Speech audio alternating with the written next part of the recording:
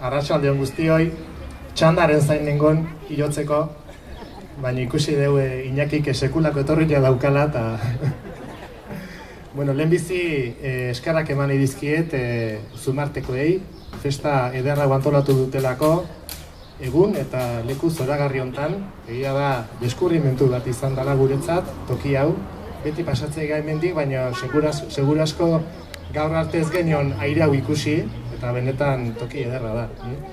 Bueno, badakizue txistulari taldeek, beren eginkizunen artean bat behintzat oso nabarmena dute, eta hori da erdilotan edo lozorroan dagoen herria esnaraztea.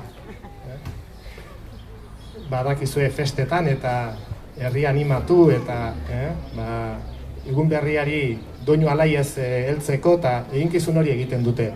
Eta nik uste irudi hori, Dianaren irudi hori oso irudi egokia dela gaurko omenaldi hontarako.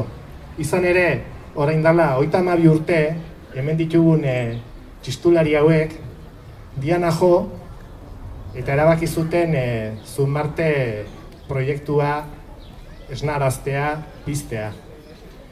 Eta ze esango dizuenik, zuek ez dakizuenik, harrezkero Zumartek sekulako indarra hartu du.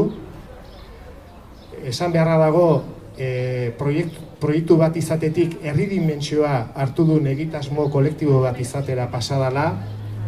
Urtetan hemendik hainbat herritar pasadiala, eta gainera, ez dela bakarrik etxe batean dagoen akademia bat. Zumarte hori bai, baina horretaz aparte gauza asko da. Eta da esate baterako gure kaleak eta gure plazak alaitzen ditun kolektibo bat. Musika alaiez usurreko bazter guztiak zipristentzen dituen kolektibo bat. Eta horregatik, alkate naizenaren aldetik, herritarren eta udalaren aldetik eskerrak eman nahi dizkiet, batetik gaur Zumarte komunitatea osatzen duzuen guztioi eta auzolan horretan lanean ari zareten hoi, eta bestetik bereziki zuei, Roman, Txus eta Iñaki, halako egun batean Diana jo eta Zumarte proiektu ederrau esnarazi zendutelako. Mila esker eta segi zazu horrela.